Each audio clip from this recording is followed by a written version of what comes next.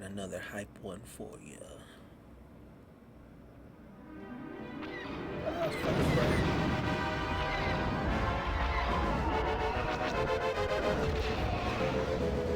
Playing Rogue Squadron. Roll with the squad.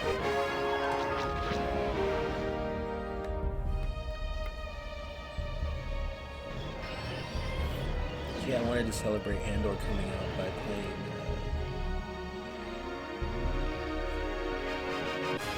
Nintendo exclusive Star Wars Rogue Squadron series, starting with the first one. Man, this game is so fucking cool, dude. I haven't played this shit in years, dude. I'm old as fuck. But yeah. I'm really excited to have an excuse to play these, and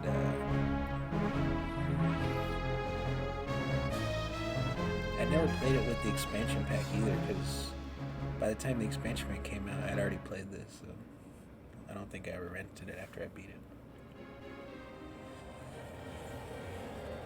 Good morning, Wedge. The rest of Rogue Squadron is still back at base, classic. but I thought we could take an early morning... Star Wars was still cool, and they put a lot of fucking care into this shit.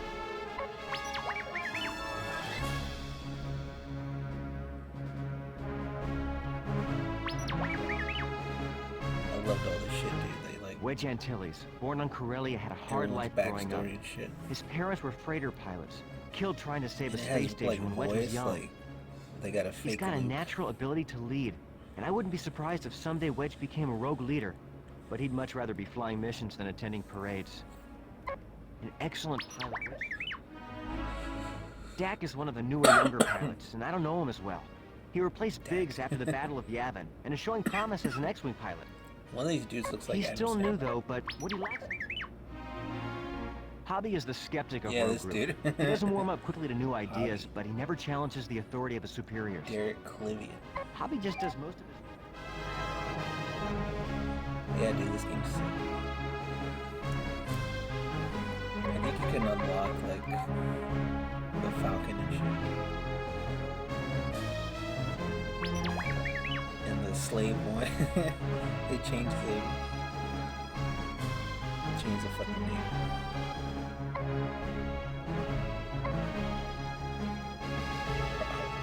What's the name of my old boss at the restaurant, Rob? He was like a big Star Wars nerd. He would like, he'd buy those fucking expensive ass Lego like Star Destroyer sets and shit.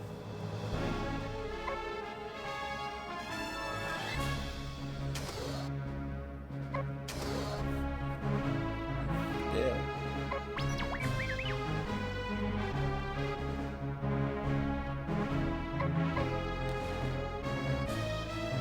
They got a fake Lando, Oba Babatunde. Remember that guy had a cool name.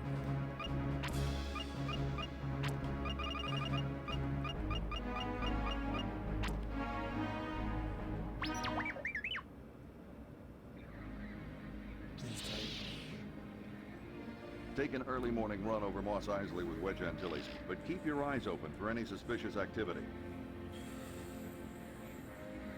Take an early morning run over Mos Eisley. Yeah, I think like if you get medals, you can like go back and use different ships and shit. Oh yeah, okay. So the meme was, it's like the Drake, meme, and it's like Slave One, and it's the fucking, it's the dude that commits rape in Andor season 2, and it's like Slave One, and then the other one is like Rape One, Rape One.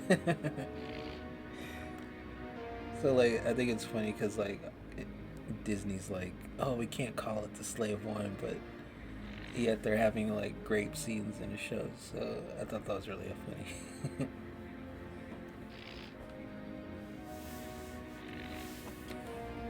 Alright, let's play this shit. Alright, so real quick, I wanted to give my 2 cents on Andor premiere, season 2 premiere. Not like super in-depth or anything, but there's a lot of discussion going on, a lot of stupid discussion. So I wanted to talk about it a little bit.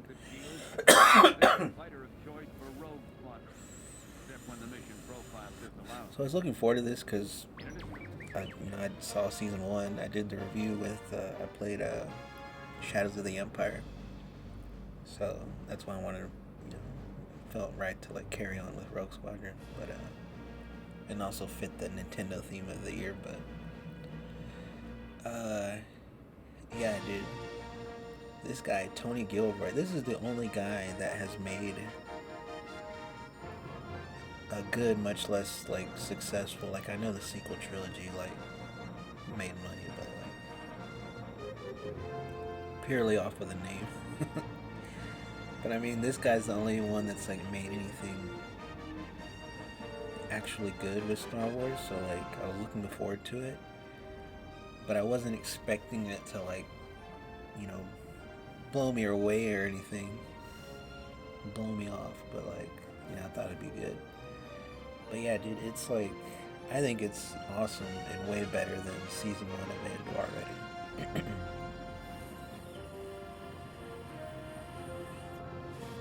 The little heist sequence at the beginning. So look, obviously Disney's not gonna like, even if there's no woke shit in it, they're not gonna get rid of their, DEI hires and shit. So yeah, it starts with this interesting looking. I don't know if she's black or like Samoan or whatever. She did have a big ass, so I appreciated that. But she's like, she's there testing, or not testing, but like checking on this like test TIE fighter. So I don't know, it seems like an important job. Not saying she's not qualified, but you'd think it would be like, I don't know, some kind of officer or whatever the fuck. But basically Andor's there posing as like a test pilot, and like their cover is like they're supposed to be flirting or whatever. And the chick falls for it, like the other lady walking by or whatever.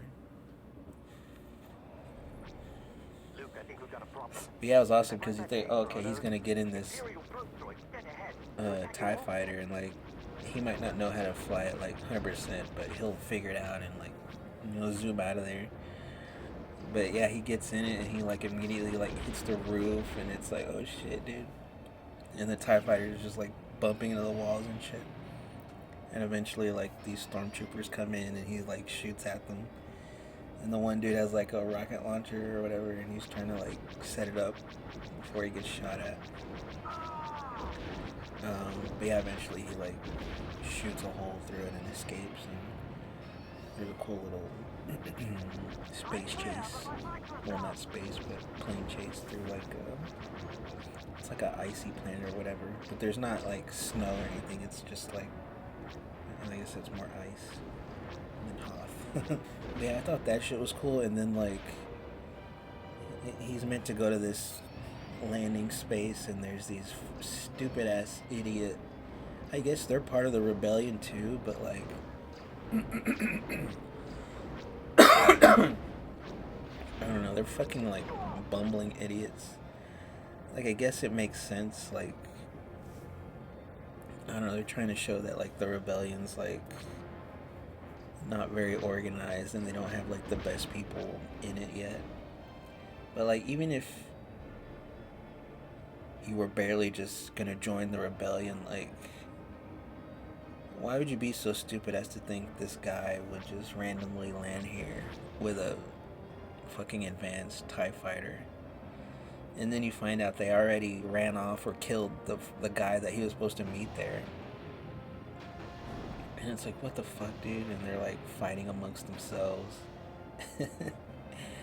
And like eventually they kind of splinter off, and they have Andor like captive in one little wreck ship, and then they're like with the actual ship, and they have this one chick that's supposed to be the pilot or whatever the fuck. And at one point they like, I think in the second episode, they like try and turn the TIE fighter around so they can shoot at the other people, and it never goes anywhere. And it's like, they allude to the fact that there's like creatures and shit out there, which you don't really see till later. But yeah, they were fucking annoying, dude. And like most of the second episode, kind of, I don't want to say it sucks, but I just wasn't really paying much attention to it until like the end of it, when he finally like, it's so dumb. They like fight amongst themselves, and they're like, they settle it by like playing rock paper scissors, like future rock paper scissors.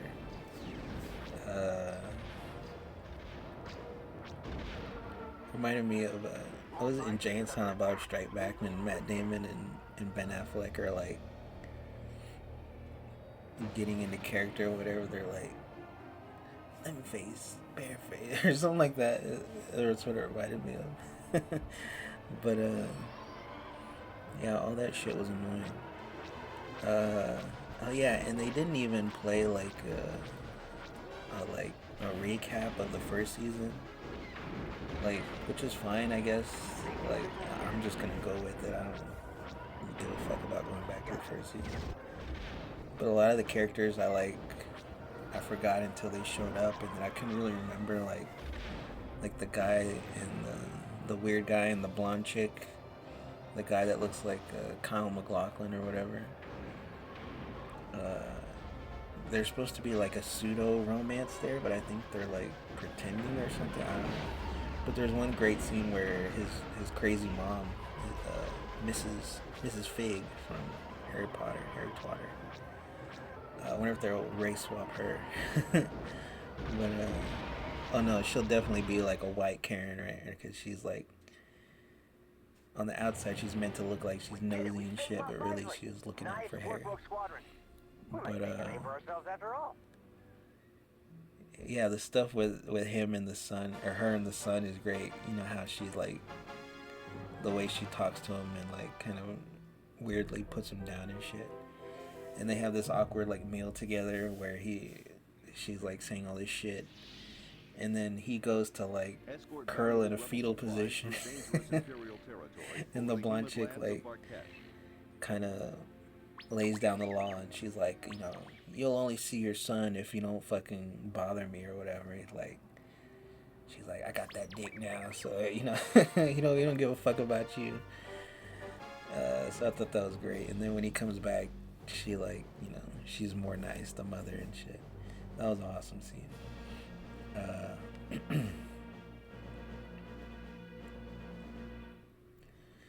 And yeah, the whole stuff with like Mon Mothma, it seemed kind of boring at first because it's like taking place during this wedding, and like, I don't know, I don't really know the relationship of all the characters technically, like if it was her daughter getting married or something like that, but like at one point she has to console the girl because the girl's like, oh, he doesn't want to hold my hand. And they're like about to get married and shit.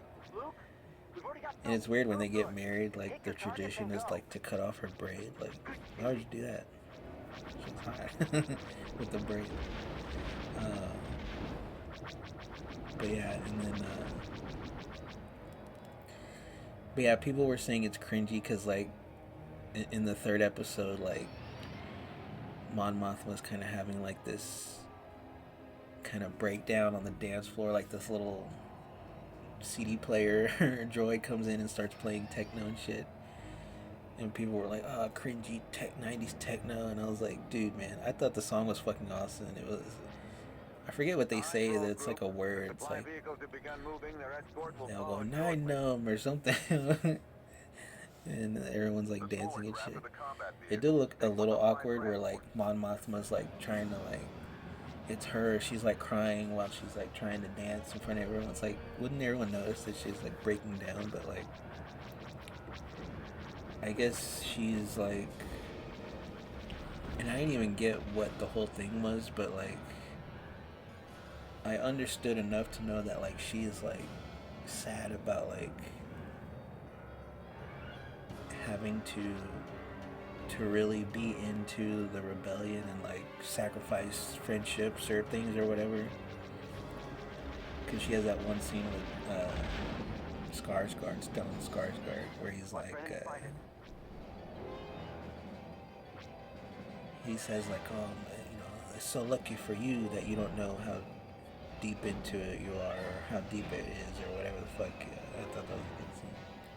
Oh, and there's a funny scene earlier in the first episode where, with Stellan Skarsgård, where everyone's trying to mingle and shit, and they're like trying to talk secretively, and then they, you know, try and like talk like regular around other people. And I forget what it was, but this one guy comes over and they're like, oh, this guy has this blah blah blah. And Stellan Skarsgård is like super interested. He's like, oh, tell me more. You know, it's like the way he was acting was like, was he hitting on him or something? I thought that was funny.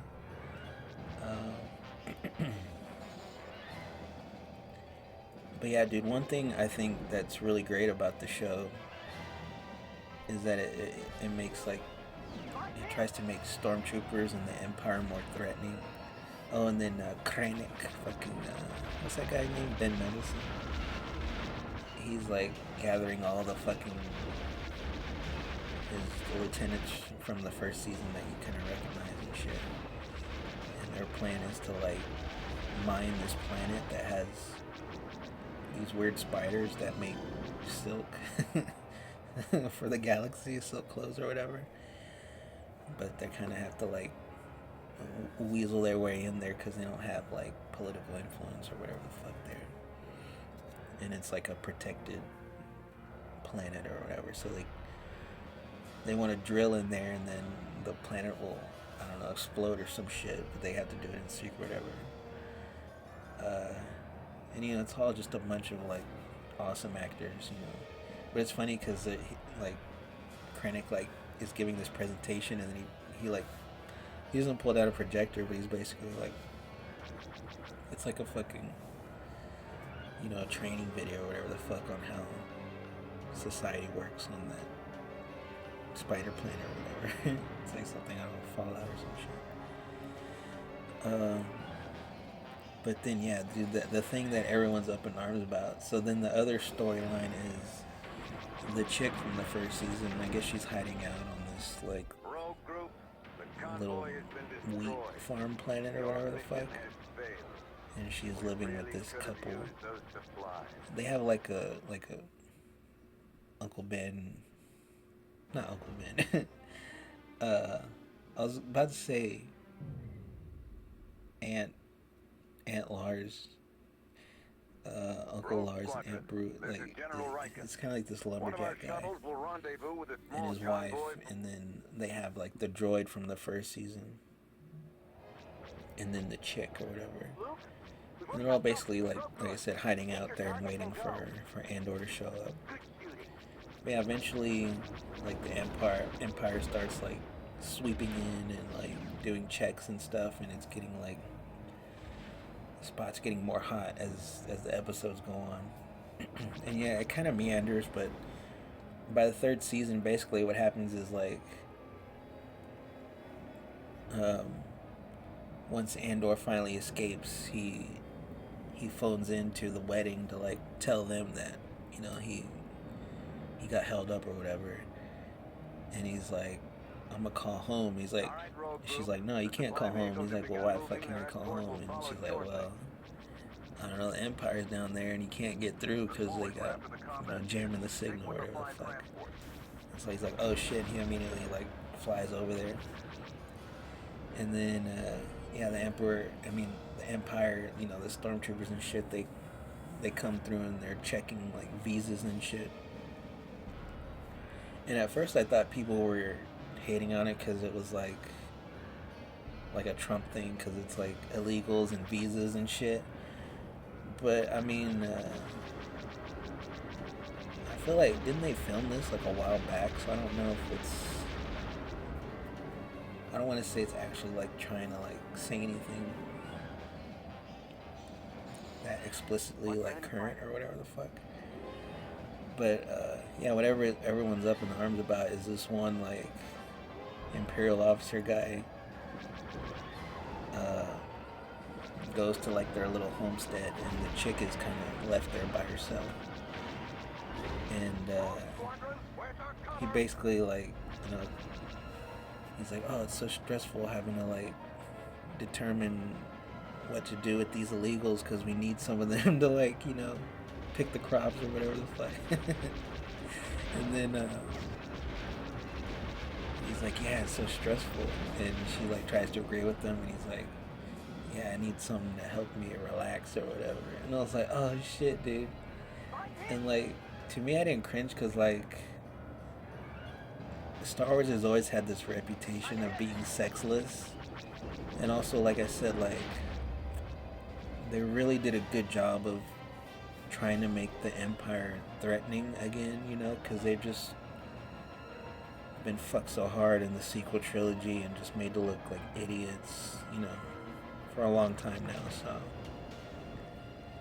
but yeah, he basically comes on to her and he's like, you know, I'll you know, look the other way on the visa because you're an illegal or whatever if you fuck me, basically. He's like, rub my shoulders. And yeah, they have like a full-on like attempted grape scene, and it's really well done, I thought. And I feel like if she hadn't tried to just run away, because he kind of like grabs her from behind and like is throwing her around, I feel like she probably could have fought him up better if she just like stood her ground, you know. But he's like throwing her around and shit. But eventually she has like a tool and hits him over the head with it. And then, but she doesn't technically kill him because he stumbles out the front and then he trips and like hits his head on some fucking barrel or whatever the fuck, and I guess that kills him. And then like it wakes up the black dude that was sitting in the car. And he's like, come out of there, and he's got his gun drawn, and she says the R word. She's like, he tried to grape me. And I don't get is like, why would she think he would care? You know what I mean? Like, I don't know. And a lot of people, so like basically though, you know, that fucking guy, Star Wars director, he's like got the most boring monotone voice. Like, I don't think there should be in Star Wars or Kathleen Kennedy and all this bullshit. But yeah, I think he was kind of being a pussy about it because he was like, this has no place in Star Wars, and Darth Vader wouldn't stand for this, and the Empire wouldn't stand for this. He said that on Twitter, and then I saw him on Drinker's show. But I mean, it's actually interesting to have like have someone that everyone there on the panel, I think, kind of disagreed with them. Like, what's her face? Cosplay girl? Snarky J and like Drinker and Mahler. I think they were all kind of, they were on the side of like, well, Star Wars is so fractured, it's like, how can you even say what is and what isn't Star Wars anymore? And it's like, at least they're trying to do something and tackle something in hard subject matter, and like, you know, it's not the show's fault that like they have kid shows with Star Wars and all this other bullshit.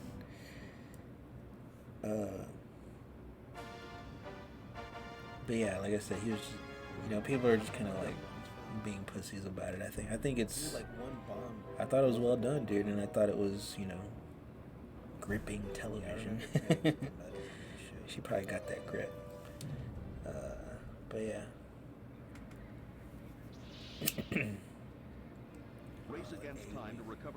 But yeah, it's cool. And basically Andor comes and the lumberjack guy dies, which is sad. But it's, you know, it's good for the show. And you see Andor come in and lock on to like soldiers on the ground, like Rogue Squadron. I was like, oh shit, that's tight. Capable of matching a TIE interceptor in speed. And like I said, like the show like looks really awesome. Like there's a lot of practical sets, like especially in the wedding and stuff. And the CG doesn't look bad, it looks all really good. Make sure you use your speed to dodge lasers rather than relying on And shields. so yeah, like I said, Andor comes in and basically A-Wing also saves them. carries a limited number of missiles. But yeah, overall, you know, I'm just excited to have some decent Star Wars, and like I said, everything you could say was a detriment to the first season, like not enough action, like Andor not really being that interesting of a character, or not like kind of the heroic character you would want him to be. I thought all that was Squadron, this is General Riken. The rebel ship definitely called the Nona addressed, recently you know, crashed somewhere in this in vicinity. these first 3 It was episodes. carrying a team of rebel Yeah, I'm really soldiers, curious stolen to see, Imperial equipment. You and must excited find to them see how before it the plays out, Imperials do. and play more Rogue Squadron games. Roger that. I'm picking up multiple signals. Ties and coming in fast. Maintain visual scanning. Ouch. Shields are a little weak. Throttle up, Rogue. We have to keep searching for the Nona.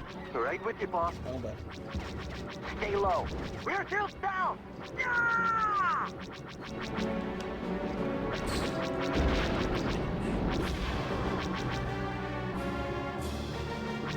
I'm clear. Put my fighter down. I'm hit.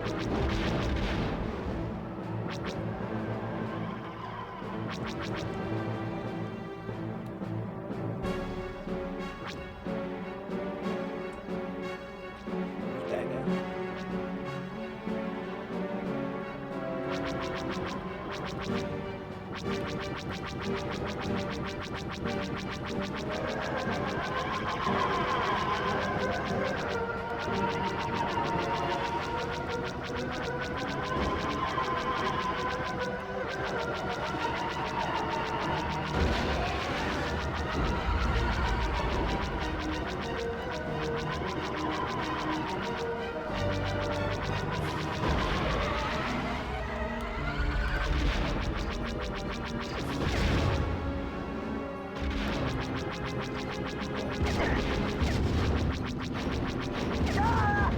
Damn, what the fuck? Got killed by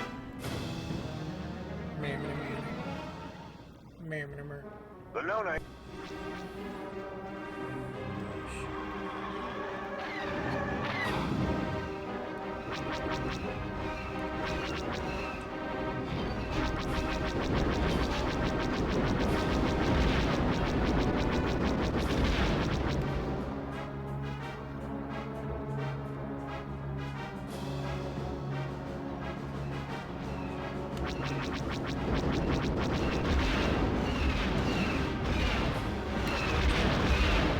Oh, I didn't kill him. Did I miss?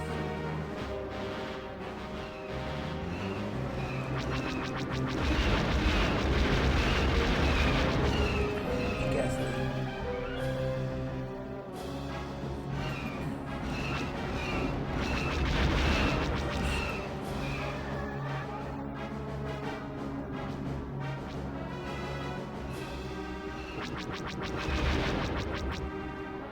Inbound fighters. I copy.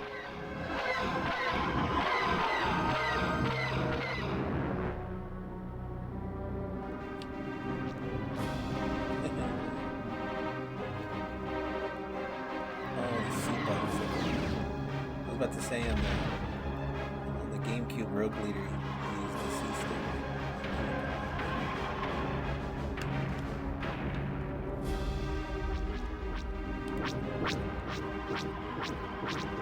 This gun sucks.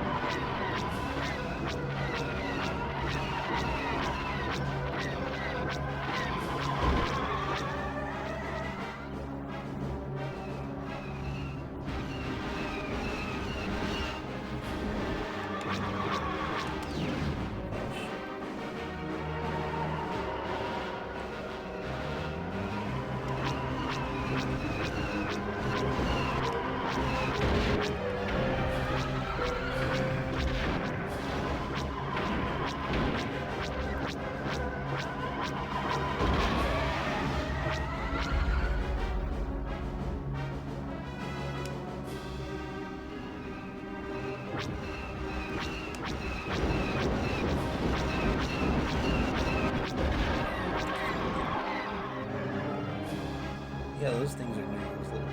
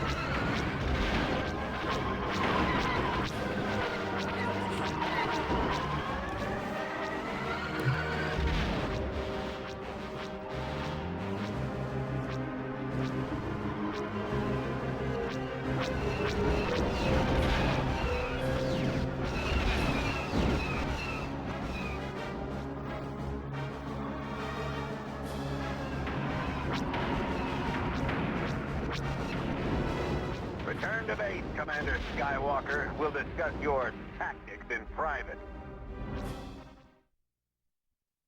Oh shit, what did I do? Was I not supposed to kill those guys? What the fuck, dude?